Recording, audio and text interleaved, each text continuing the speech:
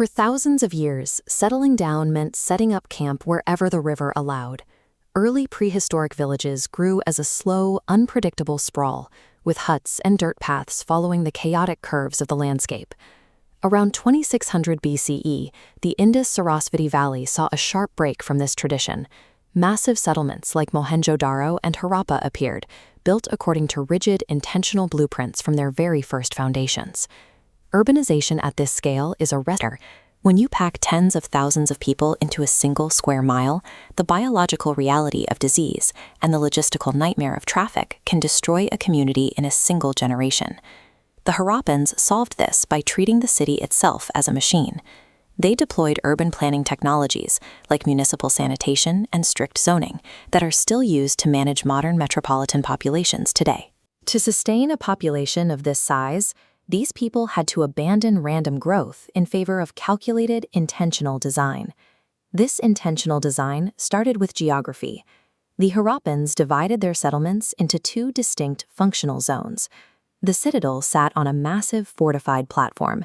It held the city's most critical infrastructure, enormous granaries for the shared food supply, and wide halls designed for public assembly and administrative work. Below the citadel sat the lower town. This area was dedicated to the city's private and industrial life, filled with specialized workshops for beadmakers and weavers, and dense blocks of residential housing. To keep this lower zone organized, builders followed a strict grid. Main streets were oriented to the cardinal directions, north-south and east-west, slicing the city into rational, uniform blocks. By utilizing physical zoning and geometric grids, Harappan planners forced a massive population into a manageable, predictable flow.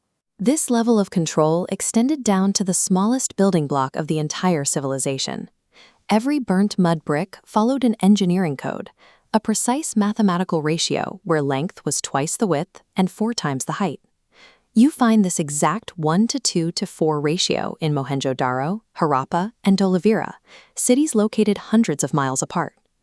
Enforcing a standardized manufacturing code across such a vast territory points to a highly centralized authority.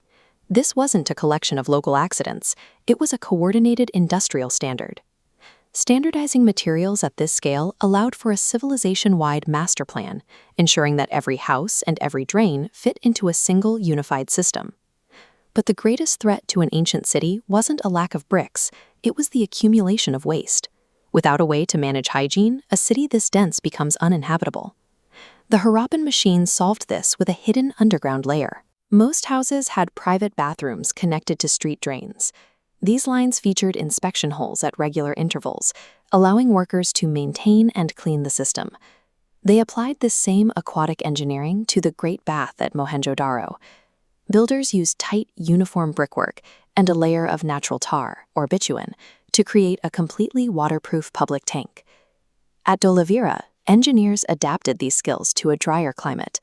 They carved massive rectangular reservoirs directly into the rock to collect and distribute seasonal rainwater to the rest of the city. Harappan water management even powered international trade. At the port of Lothal, a massive 217-meter brick-lined basin served as a dockyard, specifically designed to receive maritime boats from as far away as Mesopotamia. The Harappans treated water as a utility.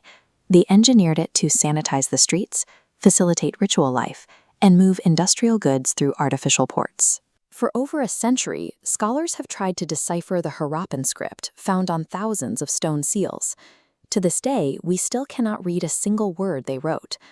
Even without their written words, the physical record shows a society that prioritized large-scale public sanitation and precise geometric order over individual expansion. The evidence of their values is visible in the standardized size of their bricks and the depth of their drains. You can trace a direct conceptual line from those 4,500-year-old brick channels to the modern concrete sewer pipes humming beneath our streets today. Ancient cities are often remembered for their towering monuments, but for the Harappans, the real achievement is found in the hidden, interconnected networks that kept their population alive for over 1,000 years.